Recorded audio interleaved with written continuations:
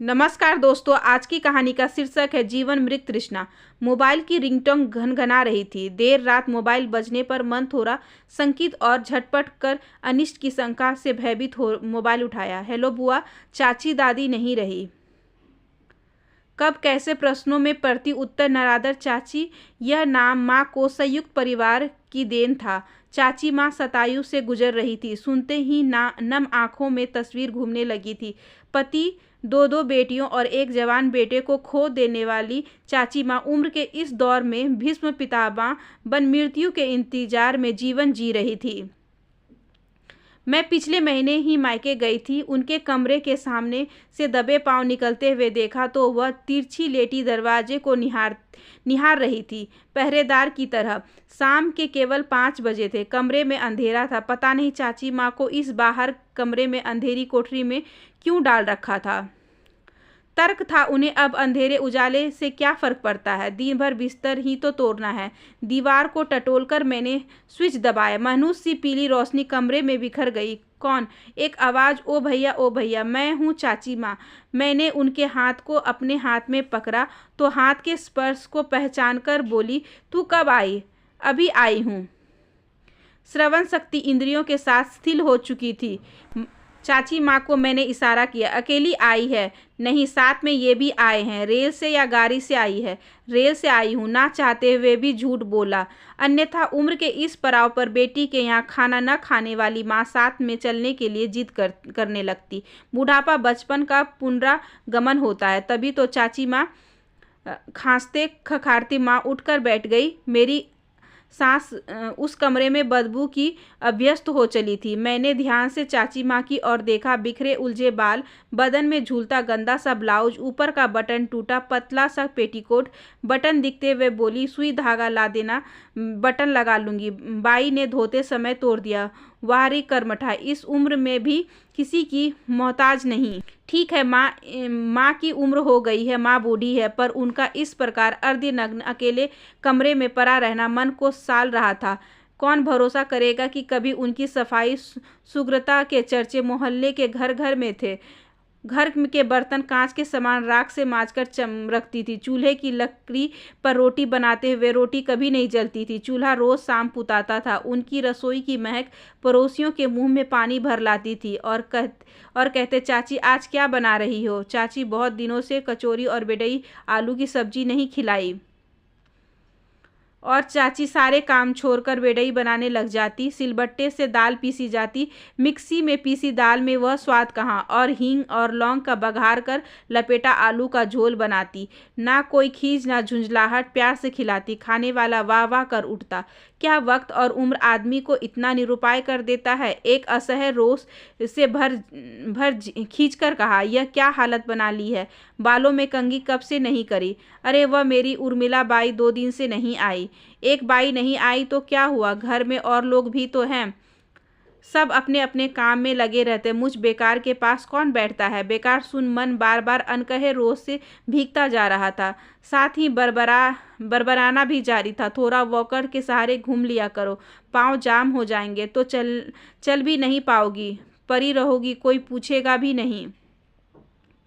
अभी जैसे बहुत हो रही है। मैं निरुत्तर थी। मैंने हाथ पकड़कर खड़ा किया। लटकते ब्लाउज और पेटीकोट जो तेल से काला हो रहा था उसे देख मैं चिल्लाई, चाची तुमने क्या स्वांग बना रखा है, ठीक से कपड़े क्यों नहीं पहनती। अरे कई बार बाथरूम में लिथर गई और गिर गई। सब चिल्लाने लगे, संभलती नहीं है तो पहनती क्यों हो, वैसे भी पूरे समय इस कमरे में लेटे ही तो रहना है। उनका तर्क सुन मैं बोली, इससे तो अच्छा है तुम गाउन पहना करो। मुझे उतारने में हाथ दर्द होता है और तुम लोग मेरी कितनी फजीहत करवाओगे। उस चर्चा को वहीं विराम दे मैंने कहा, तुम्हारे जमाई राजा आए हैं तुमसे मिलने। दामाद की आवाज़ सुनकर जमाई राजा के पैर छूने झुकती है। मैंने रोक लिया। पैर मत छुओ, वह तुम्हारे पैर छू लेंगे। अरे नहीं बेटा, उन्हें बेटी बिहाई है, पैर पूजे हैं, वह क्यों मेरे पैर छू लेंगे। मैंने इशारे से पैर छूने के लिए मना किया। ये बाहर निकल गए। चाची माँ पीछे से आवाज़ लगाती रही, ओ बेटा ओ बेटा। घर भर बोलने लगा, वह तो दिन भर चिल्लाती है, तुम मत सुनो। भतीजे हंसने लगे।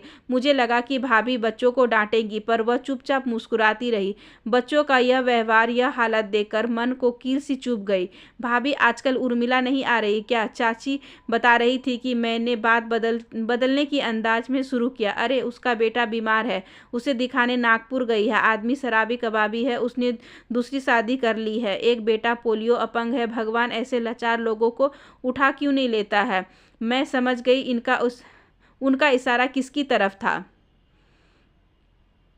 मृत्यु पर किसी का बस नहीं होता। अगर माँ का होता तो क्या वह अब तक जीवित रहती? बार बार हमसे कहती, भगवान मुझे भूल गया है, उठाता क्यों नहीं है? जाते समय कहती, मुझे कहीं छोड़ आओ। मैं कहती, भरा पूरा परिवार है, तुम कहाँ जाओगी? यहीं रहो। भाभी कहती, हमसे नहीं होता यह सब, हम भी बूढ़े हो रहे हैं, भगवान इतनी लंबी आयु किसी को ना दे। उस समय जुग जुग जियो का आशीर्वाद खलने लगता। मन में एक बार फिर संयत करते हुए मैंने कहा, दिन भर के लिए एक आया रख लो। रख तो लेंगे, पर बहुत पैसे मांगती है। नहला धुला कर कपड़े भर धोती है, वह भी काले पीले, उसके भी 3,000 मांगती है। इतना पैसा किसके पास है? मन तो हुआ कह दूं, पैसा मैं दे दूंगी, पर भाई की बात याद आ गई कि वह बहुत बिस्तर गंदा करती है, उसे ज़्यादा मत खिलाया करो। माँ का इतना ही ख्याल है तो 2-4 महीने अपने पास रख लो।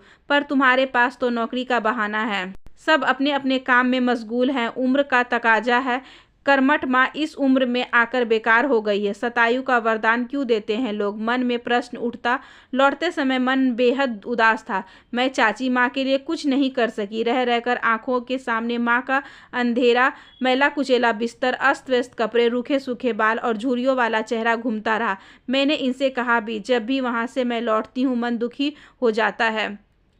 कहने लगे, जाने दो, उनकी ऐसी ही गुजरेगी, बुढ़ापा है, वे फालतू हैं, सब काम में लगे रहते हैं। फालतू बेकार सुनकर मन में फिर से कुछ सरका। मैंने मन में एक बात आई है, कह दूं क्या? हम माँ को अपने यहाँ नहीं ला सकते? क्यों नहीं ला सकते? जरूर ला सकते, पर रखोगी कहाँ? उनके लिए एक अलग कमरा चाहिए, वो भी दिन भर अकेली कैसे रहेंगी? तुम छुट्टी ले लो ना भाई ना। बोर्ड के एग्जाम परीक्षा की ड्यूटी, मुझे छुट्टी कहाँ से मिलेगी?